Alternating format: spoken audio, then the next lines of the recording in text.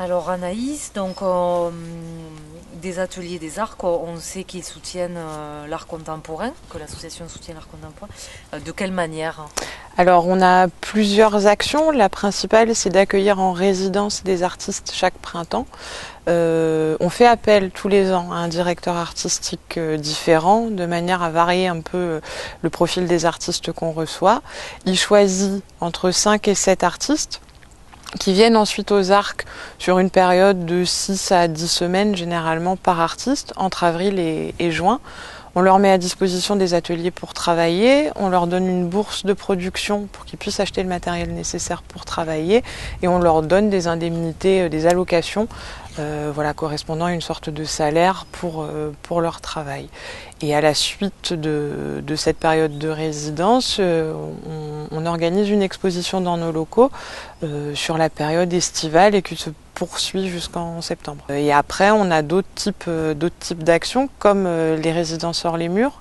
C'est-à-dire que les ateliers des Arcs soumettent à des partenaires potentiels comme les Pattes de Catus, là dans le cas d'Yvonne Calsou, un artiste qui va travailler à l'EHPAD en l'occurrence pendant X temps et propose une exposition. Et nous, on les soutient à la fois en matière de production et de communication.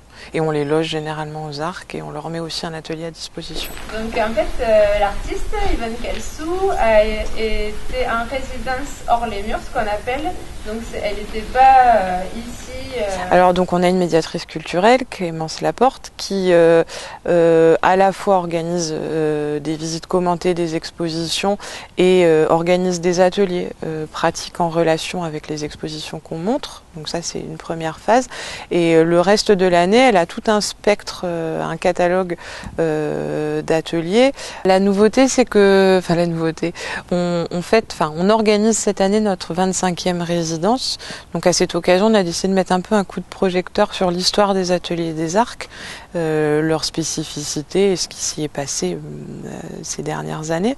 Donc il y aura quelques temps forts. Ce qui est certain, c'est qu'il y aura des expositions des collections publiques aux Arcs et dans différents lieux de la communauté de communes, donc collection du FRAC, Fonds régional d'art contemporain, et de l'Artothèque.